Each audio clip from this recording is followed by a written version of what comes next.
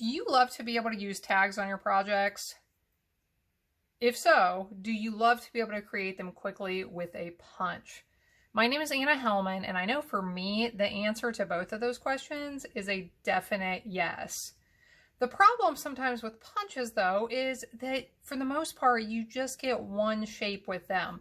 And whereas I love punches and I love the tags, sometimes I get tired of using that same shape over and over again.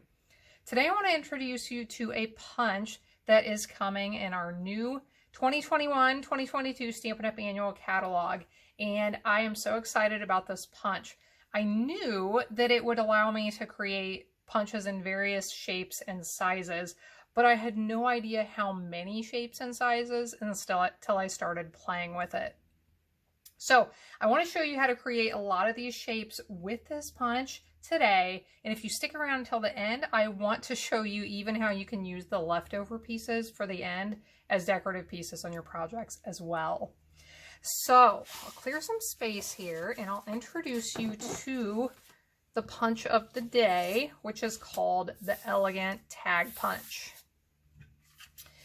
So here is the Elegant Tag Punch, and it looks just like the three pieces on this card right here. So if you punch it exactly as intended, you're going to get a piece that is the same size and shape as these right here on this card. So use it just as it's designed without any tips or tricks, and that is what you will get.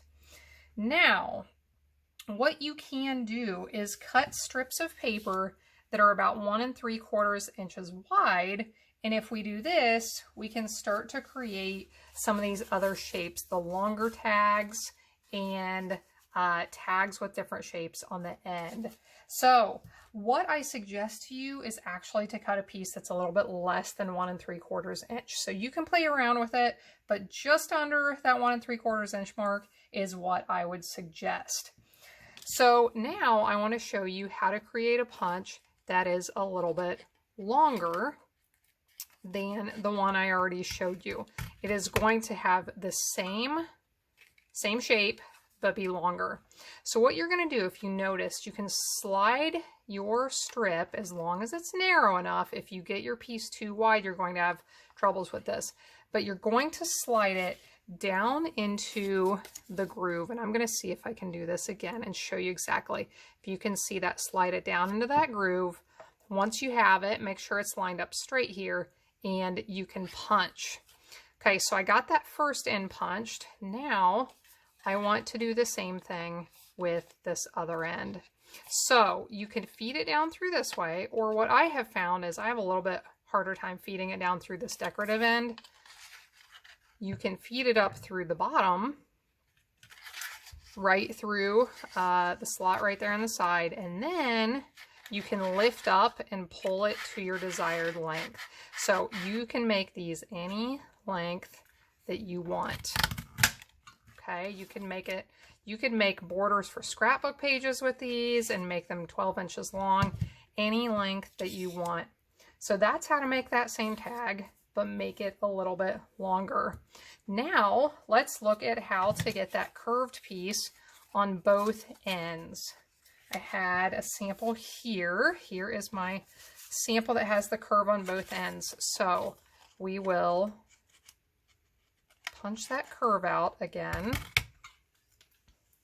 And then for this one, you actually have to trim it a little bit to basically the length you're going to want it. There isn't a lot of extra room on this end of the punch. So cut it to just over the length that you're going to want it. Slide that in, punch again. You have your curve on both ends. Now let's do another one that has the detailed shape on both ends. So to do this, and I keep forgetting, if I slide it up from this end, it works a little bit better. So I want the detailed part on both ends, so I'm going to slide this up until it is almost going to come out. I'll punch that. Each time you do this, I really encourage you to shake it and get that extra piece out to make sure it doesn't get caught the next time you punch, because if it does try and get caught, That can cause issues. Okay, so then slide that detailed end up through the bottom till it is the correct length that you want, and you're going to punch again. So now you have a tag with a detailed piece on both ends. Now let's try this for something new. Let's feed a piece up through the bottom right here. I'll feed it up just a little bit, and I'm going to punch. Now let's do that again and punch again.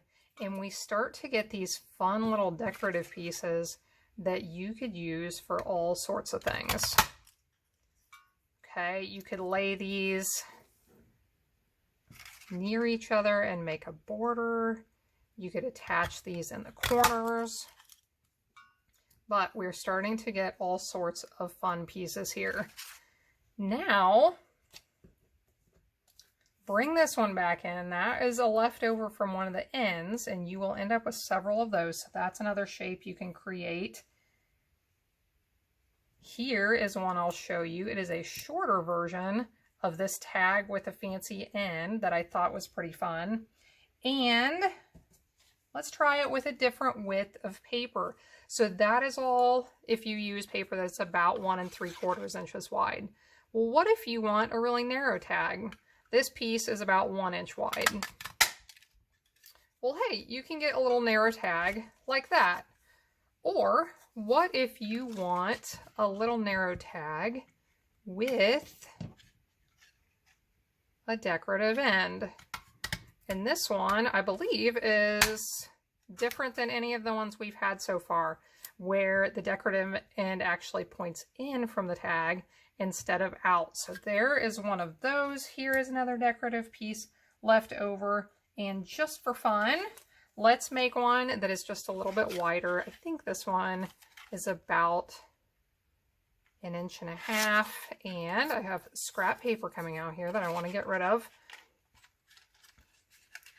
Let's make this one longer, so I'll feed that through, punch this end, and you could leave the ends square like that if you like, or if you want, you can feed it back in and either give it the curved end or another one of these decorative ends.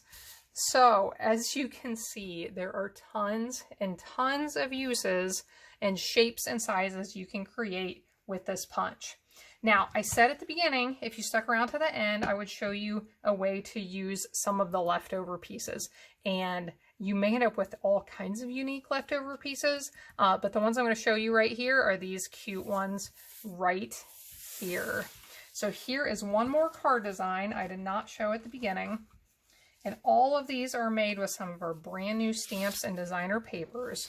But here is one that I punched that has the decorative piece on both ends. I stamped the flowers on top, and then I used those end pieces underneath as a really pretty decoration.